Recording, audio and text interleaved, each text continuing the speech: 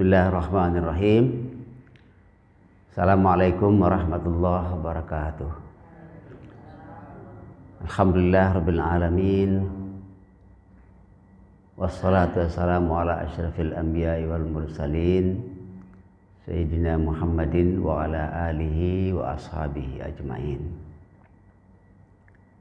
Allahumma anta rabbi la ilaha illa anta khalaqtani wa ana abduka wa ana ala ahdika wa wa'dika mastata'tu a'udzubika min syarri ma sana'tu abu'u laka bi ni'matika alayya wa abu'u bi dhanbi faghfirli fa innahu la yaghfiru dzunuba illa anta.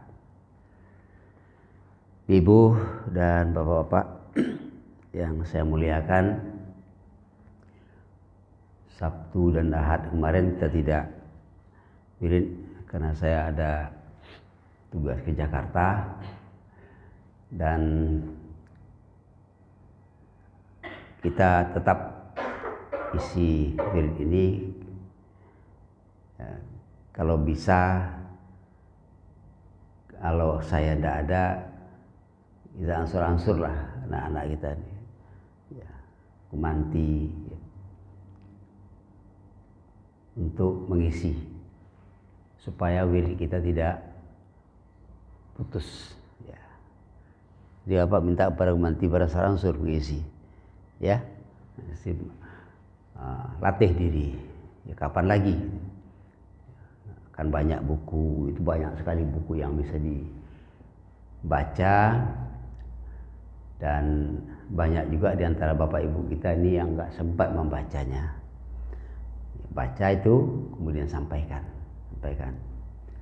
Itu sudah menjadi bagian daripada ibadah ya, menyampaikan satu hadis saja disampaikan dan dicoba memahaminya, dilengkapi dengan pengetahuan tambahan. Ibu dan bapak yang saya muliakan, sesuai dengan tema kita memahami kandungan ayat-ayat Al-Quran, kita ansur-ansur terus menerus sedikit-sedikit memahami kandungan ayat yang ada, terutama yang dekat sering kita baca. Sekarang kita coba memahami surat Al-Ikhlas. Al-Ikhlas. Kenapa surat ini dinamakan dengan ikhlas? Ikhlas itu bisa kita artikan murni. Kalau mufassir mengatakan ikhlas itu adalah memurnikan keesaan Allah. Kenapa surat ini tadi disebut dengan ikhlas, memurnikan keesaan Allah? Dalam hadis yang diriwayatkan oleh Imam Ahmad, dulu orang musyrik Mekah pernah bertanya kepada Nabi. Katanya, wahai Muhammad, tolong terangkan kepada kami tentang nasab Tuhanmu. Nasab itu artinya garis keturunan. Artinya Tuhanmu itu siapa bapaknya, siapa atuknya, terus sampai ke atas. Kenapa orang itu bertanya seperti itu? Orang-orang musyrik itu. Kita berpikir ya, itu dipengaruhi oleh apa yang ada di sekitar kita dan juga dengan budaya kita. Orang Arab adalah orang yang sangat menjaga garis keturunannya.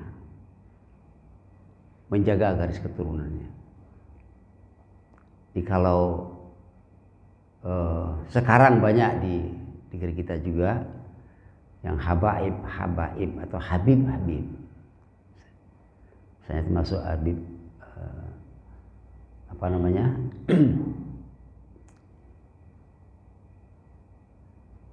Habib Rizik misalnya, Habib Syihab.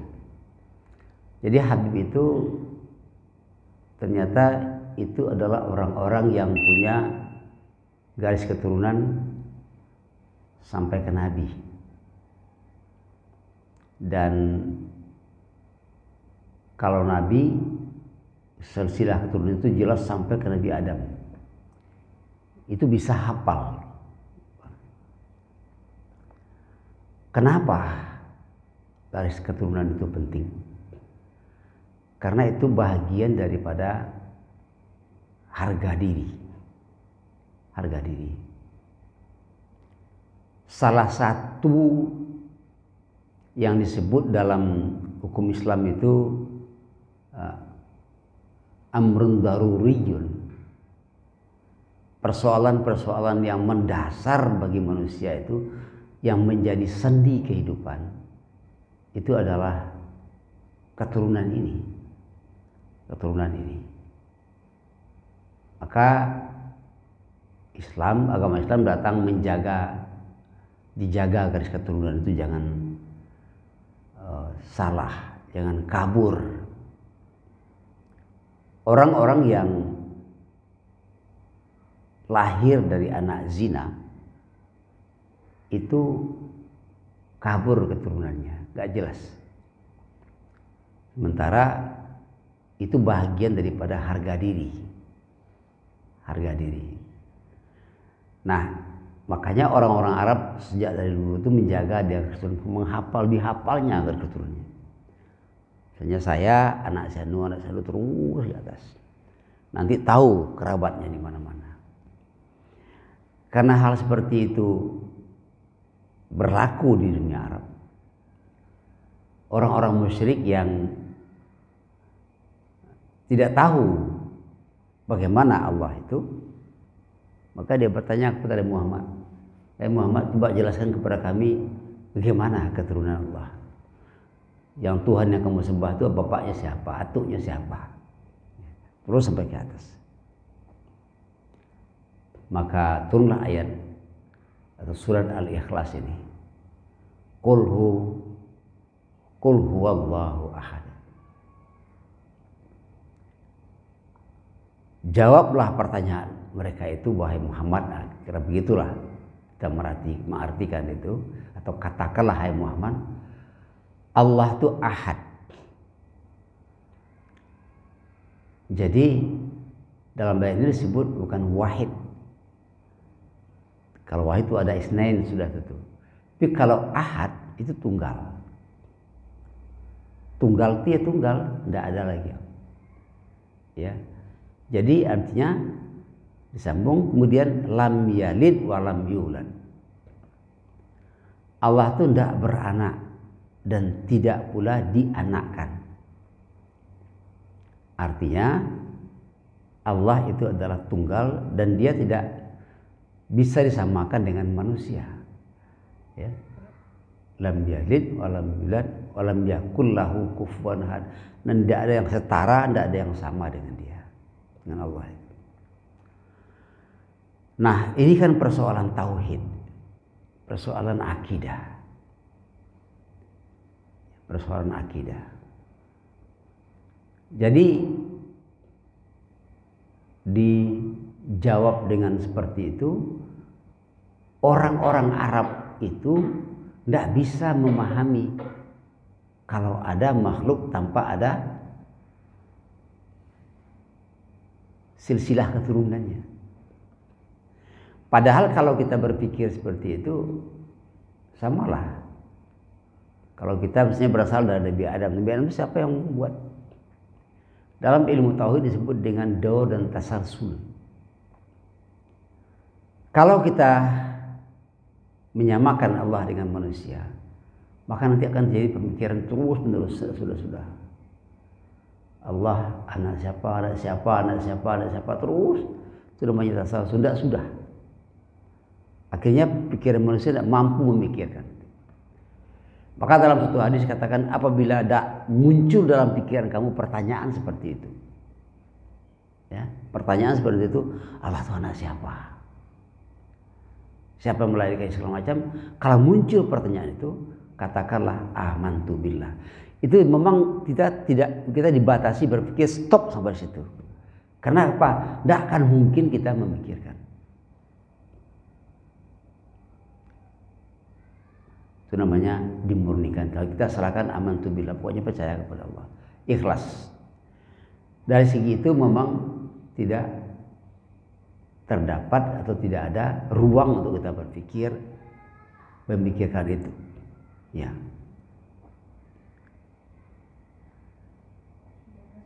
Apa tuh? Ya. Bapak Ibu sekalian, Allahu Ahad, Qul huwallahu ahad, Allahus samad. Allah itu tunggal, dan Allah itu adalah tempat bergantung segala sesuatu. Semua yang ada di jagat raya ini bersumber pada Allah. Allah yang menentukan semuanya. Semuanya tergantung dengan Allah semuanya. Apapun yang gerak di alam ini, semuanya tergantung Allah. Ibu, Bapak sekalian, kan sejak dari dulu musibah itu sudah terjadi di bumi ini, bukan hanya sekarang. Kalau kemarin itu ada gempa di Cianjur, kemudian di Garut dan lain sebagainya, bergerak terus. Bumi ini memang dinamis, dia bergerak. Kenapa bergerak? Allah ciptakan seperti itu, ya, bergeser-geser. Dan bumi ini kalau menurut orang-orang ahli, ada disebut dengan retak-retak. Ya.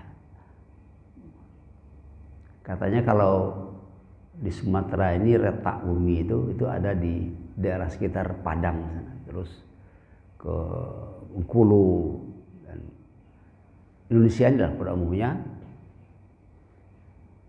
Apakah itu sekarang saja ada atau dari dulu ada? Dari dulu ada.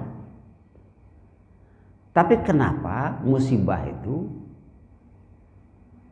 datangnya sekarang?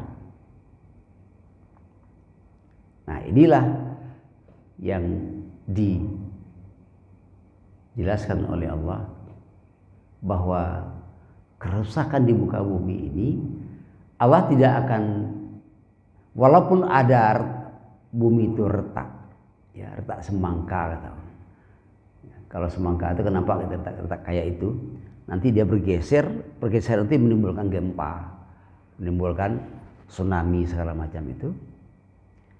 Walaupun sudah ada, tapi itu pun tergantung kepada Allah. Allah Samad. Artinya apa?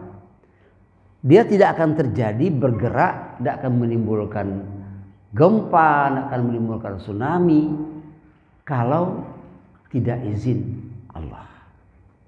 Tidak izin Allah. Nah, katakanlah persetujuan dari Allah itu akan terjadi kalau manusia sudah melakukan maksiat kepada Allah Subhanahu wa taala. Jadi kalau kita baca di di internet, kita menjadi takut tinggal di Indonesia.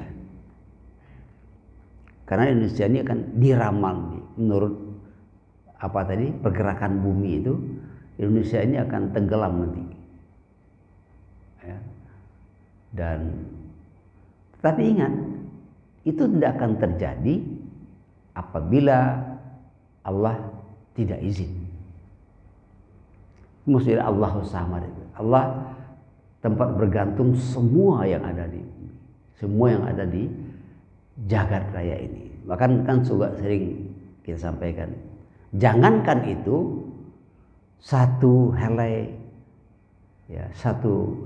daun kering di pohon saja tidak akan jatuh ke bumi kecuali itu adalah izin dari Allah Subhanahu wa taala. Takdirnya kita ini letak. Kita berada di lempengan-lempengan bumi yang retak itu. Rawan sekali akan terjadi gempa segala macam. Itu.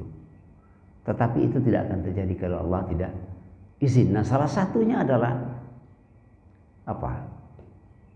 Kalau di bumi itu masih banyak orang-orang yang menyebut nama Allah, banyak berdoa, Allah bisa saja mengalihkan itu. Takdirnya bisa berubah, takdir Allah itu bisa diubah. Siapa yang mengubah? Ya Allah sendiri. Tapi bagaimana cara merubah? Berkat doa. Doa itu bisa berubah takdir. Jadi karena itu Allah itu adalah Ahad, Esa, dan semua yang ada di bumi tidak satu pun, walaupun hanya satu biji pasir sekalipun, itu Allah yang menentukan semuanya. Maka jadikan Allah itu tempat satu-satunya tempat bergantung, satu-satunya tempat meminta. Lam yalid walam Allah meminta. Tidak ada tempat meminta kepada yang lain, Lam yalid walam yulad walam yakul lahu kufuwan. Allah tidak dianakkan dan tidak pula diperanakkan, dan tidak ada satupun yang setara, tidak ada satupun yang menyerupai Allah Subhanahu wa taala.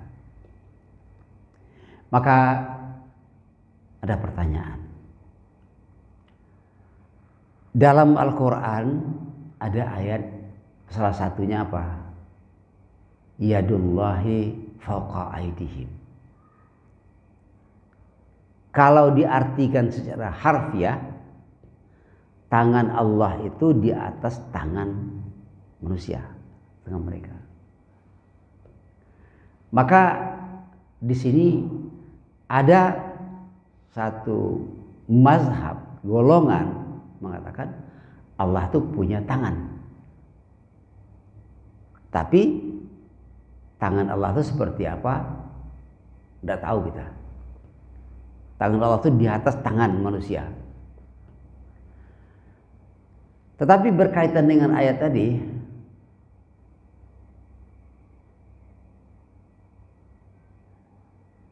lam yalid walam yulad walam yakul lahu kufuwan. Tidak ada setara. Laisa kamitslihi syai'un. Tidak ada yang sama dengan Allah. Maka bagian jumhur menerjemahkan tangan Allah itu bukan tangan seperti ini.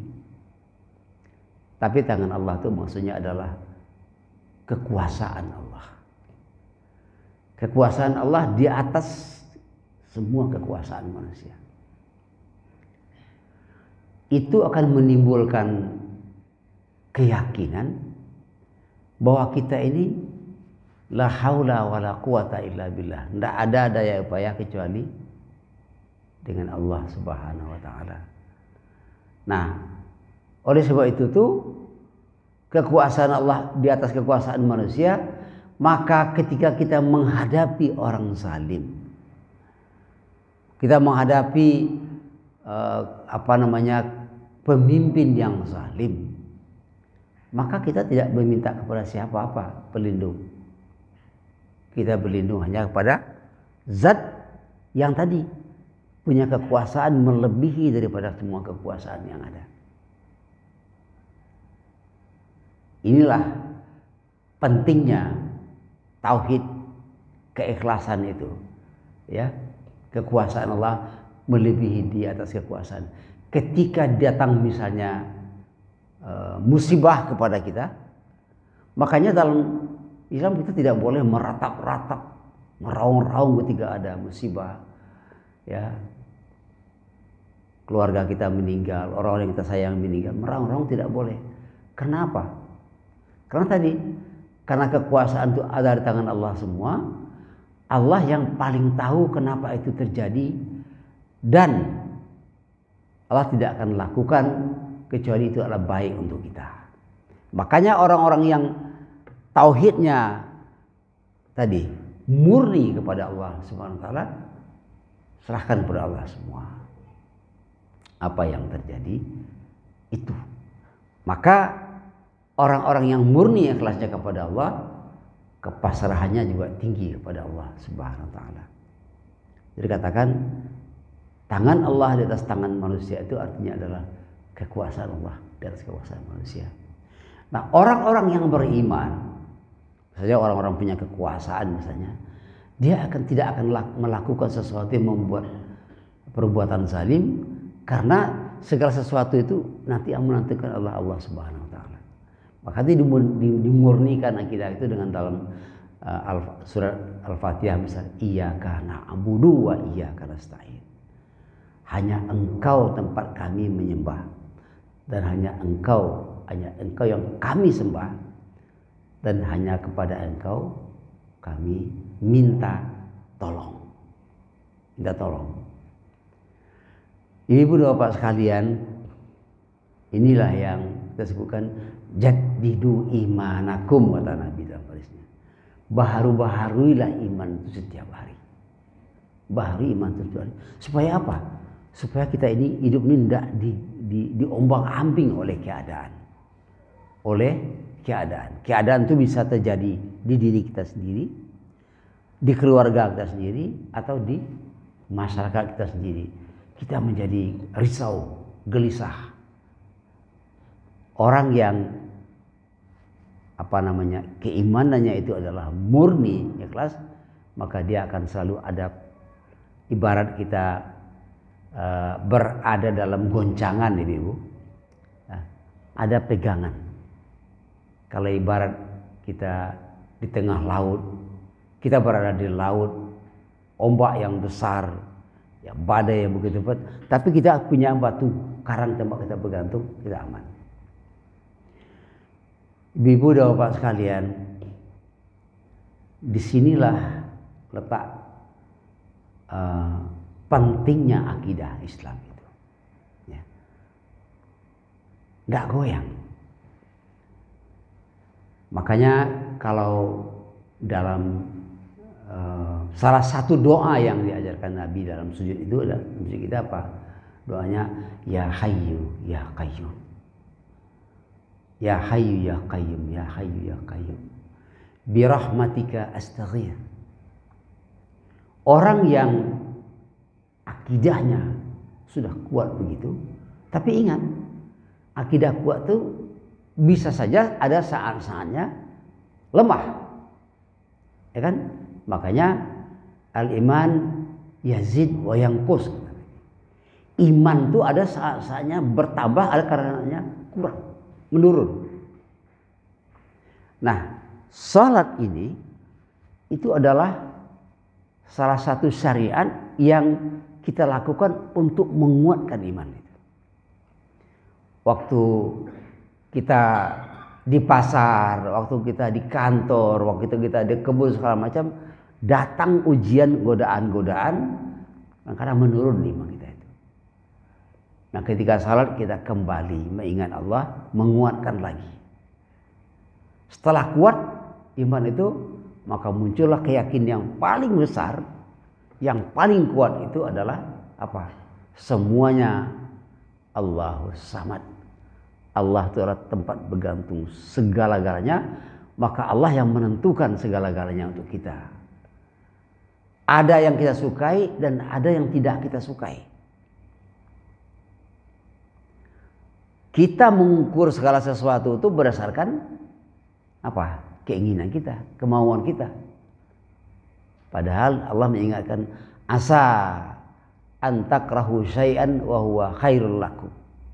Wa asa an tuhibbu syai'an wa huwa syarrul lakum. Karena akibat daripada atau buah daripada keyakinan bahwa semuanya Allah yang menentukan, Allah akan selalu berikan yang terbaik. Ketika kita mendapat sesuatu yang kita tidak suka, yang tidak kita sukai, kembali kepada yang tadi. Yang tidak kita sukai itu boleh jadi itu yang terbaik untuk kita. Yang kita sukai justru kadang-kadang tidak baik untuk kita. Kan banyak kita dengar kisah-kisah kan, pengalaman-pengalaman yang dialami oleh banyak orang. Ada orang yang ditinggal pesawat misalnya. Dia mau pergi, tapi ditinggalkan oleh pesawat terlambat, nangis-nangis segala macam. Tahu-tahu pesawatnya itu kecelakaan. Dia aman. Jadi ketika kita sudah berusaha, sudah berikhtiar, tapi hasilnya tidak sesuai dengan yang kita inginkan, maka tadi kembali kepada mukhlis tadi, ikhlas menerima ketentuan Allah. Karena apa? Karena Allah tahu yang terbaik untuk kita, sementara kita tidak tahu yang terbaik untuk kita. Saya dulu ibu, dulu kan kalau kita kuliah tuh ada namanya tiga-tiganya sarjana muda, ada sarjana lengkap itu namanya. Kalau sarjana muda tuh BA titelnya. Kalau sarjana lengkap tuh doktorandus, terus ke atas. Waktu saya selesai sarjana muda, ada penerimaan jadi pegawai negeri.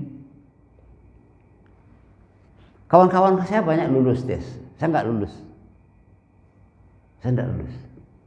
Saya kecewa sekali waktu itu nggak lulus. Ya, di samping kecewa waktu itu agak malu juga. Kawan kok lulus, saya kok tidak lulus. Tapi apa yang terjadi? Kawan yang lulus itu berhenti kuliahnya. Dia kerja. Sementara saya tidak lulus, saya lanjut kuliah. Apa yang terjadi? Kawan itu dia bekerja dengan ijazah sarjana muda. Golongannya golongan 2B. Sarjana muda. Saya terus kuliah. Tamat kuliah, saya lulus. Diangkat golongan 3A. Di perguruan tinggi. Kawan-kawan yang lulus itu memang saya tengok waktu dia kuliah itu dia pintar-pintar, rajin, ya. Tapi dia berhenti sampai di situ. Saya kemudian sampai doktorandus. Sampai doktorandus itu apa tadi? Kalau bayang saya waktu itu kalau saya sudah kerja, saya udah ya berhenti seperti kawan-kawan tuh. Tapi saya lanjut, dapat jadi bekerja di perguruan tinggi dan terus kuliah.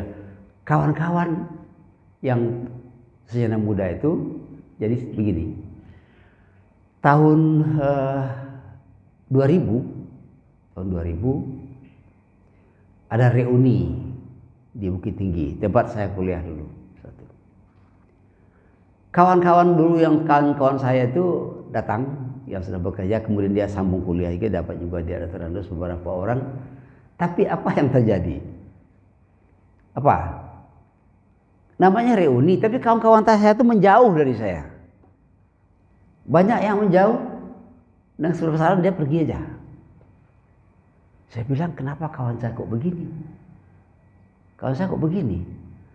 Lalu saya tanya kepada mereka, kalian benci kepada saya? Kenapa kalian sudah menjauh? Apa katanya? Jujur ke kawan tuh. Kami bukan benci kepada kamu, apa?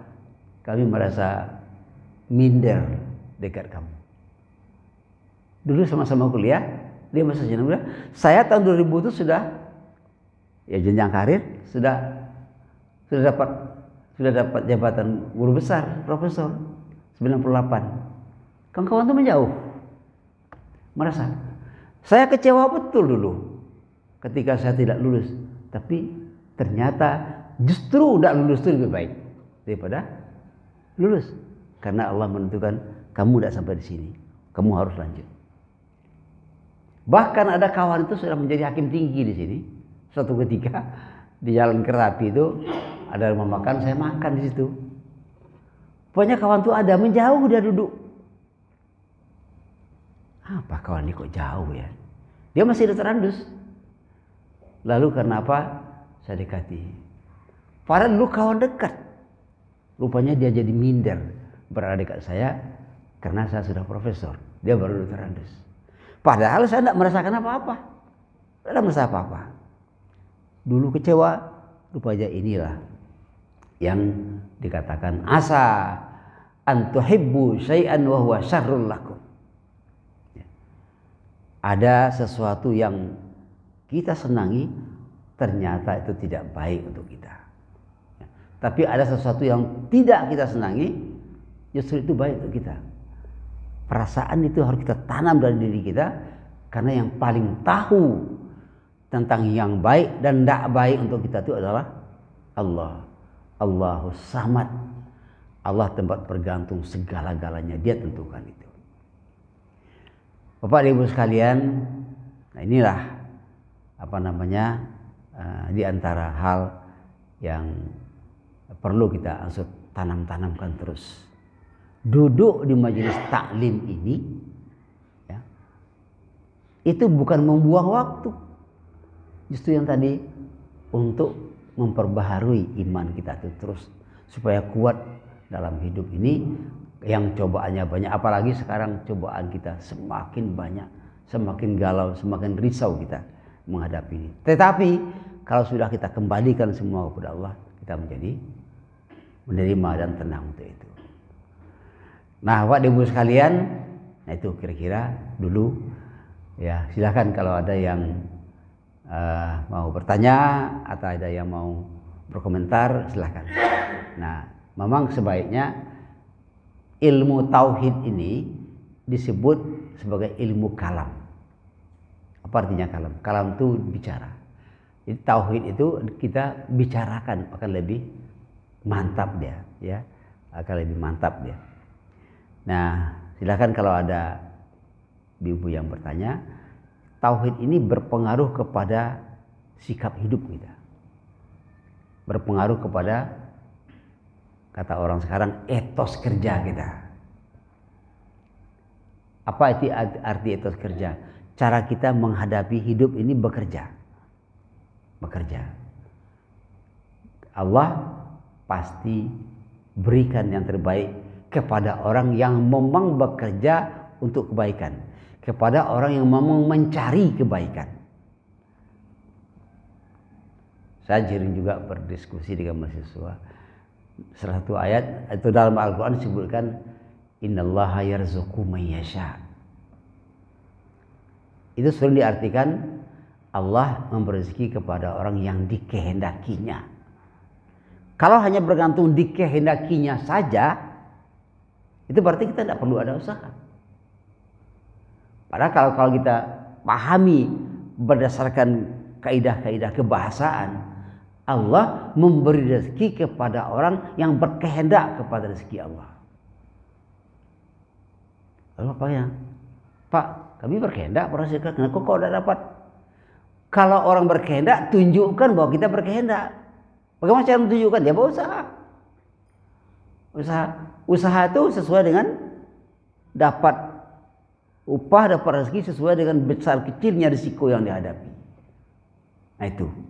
Jadi maka bekerja dengan berilmu dia berkualitas. Bekerja dengan tidak berilmu dapat juga, tapi sekedar itu saja. Makanya tauhid ini berpengaruh kepada seluruh kehidupan kita, sikap hidup kita. Makanya perlu katakan Nabi, baru-baruilah tauhid itu. Baru-baruilah tauhid itu. Ya, duduk ke masjid, datang ke masjid, kita dalam rangka memperbarui terus supaya kuat ya. Saya kira gitu ya yang kita sampaikan pagi ini. Kita sikit-sikit saja, mudah-mudahan ada manfaatnya. Yakinlah sekali lagi bahwa tidak ada yang tidak baik yang diberikan kepada oleh Allah kepada kita. Semuanya untuk kebaikan kita. Hanya karena kita manusia makhluk yang lemah sajalah yang kadang-kadang merasa yang diberi Allah itu tidak baik untuk kita. Karena kita mengukurnya dengan pikiran dan dengan perasaan kita sendiri. Padahal Allah yang Maha Tahu. Baiklah, kalau nggak ada lagi, jam berapa masuk? Hah? 1 menit kurang. Baiklah, kalau nggak ada, kita selalu berdoa kepada Allah supaya kita diberi kesehatan, kesabaran, dan kemauan untuk selalu menjadikan diri kita menjadi yang terbaik, ya. untuk menjadi yang terbaik itu antara lain dengan menekap. Ya, silakan Bu. Ah? Ah.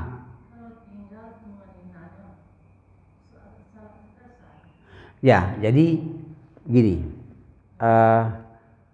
Tumaninah itu pada jumhur ulama mengatakan itu bagian dari rukun. Masuk rukun. Jadi kalau salat tidak bertumaninah berarti rukun. Kalau tinggal adalah salah. Nah, sekarang apa yang katakan rukun? Yang rukun itu la ma yatawaqqafu sihhatu syai' wa huwa juz'un min. Rukun itu adalah segala sesuatu yang terletak sah sesuatu dan dia bagian daripada perbuatan. Itu namanya rukun. Jadi kalau rukun itu kalau tidak ada berarti nggak sah. Ya, ya. Tapi ini pertanyaan Mbak tuh, saya dulu pernah bertanya kepada kawan, udah lama memang. Dia salatnya pakai tumaninah. Allah begini-begini, cepat kali. Saya bilang, kamu kenapa salat begitu? Katanya, percayaannya, kalau kita lambat-lambat, itu iblis masuk. Makanya sebelum iblis datang, kita sudah mungkin datang lagi, begini lagi. Saya bilang, memang iblis itu menyerang fisik kamu. Ya, iblis itu masuk ke dalam hati kamu. Untuk menutup pintu iblis masuk itu tadi penuhi hati dengan mengingat Allah. Nah, tumaninah itu lama kita misalnya ruku dan sujud itu menguatkan, memenuhi hati. Kalau begini-begini kerubah, kan ada orang yang aduh, kalau kita di mana tuh? Kan ada orang salat tarawih yang 20 rakaat sebentar saja. Kalau kita tengok begini-begini kayak gelombang laut. Mau gini-gini kan. Itu main-main aja. Tapi terserahlah kalau itu pula keyakinannya. Tapi menurut kita tadi tumaninah itu adalah berapa lama tumaninah? Nah ini. Tumaninah itu sekurang-kurangnya adalah membaca subhanallah. Allah subhanallah. Sekurang-kurangnya itu tumaninah. Yang kurang tadi itu. Jadi kalau kita rukuk itu kapan baca zikirnya? Katanya di hati saja. Lama-lama kalau di hati saja salat tidak perlu, cukup begini aja, eling saja. Ya, istilah anak-anak tuh menonton film silat apa tuh? Ya, film-film silat kungfu. Ami Toba. Jadi silat tumaninah itu bagian dari rukun salat. Kan kalau kita selesai kan nyaman perasaan. Ada lah ya? Gak ada. Kalau waktu sudah masuk, kita sudah dengan alhamdulillah rabbil alamin, billahi taufiq wal hidayah. Assalamualaikum warahmatullahi wabarakatuh.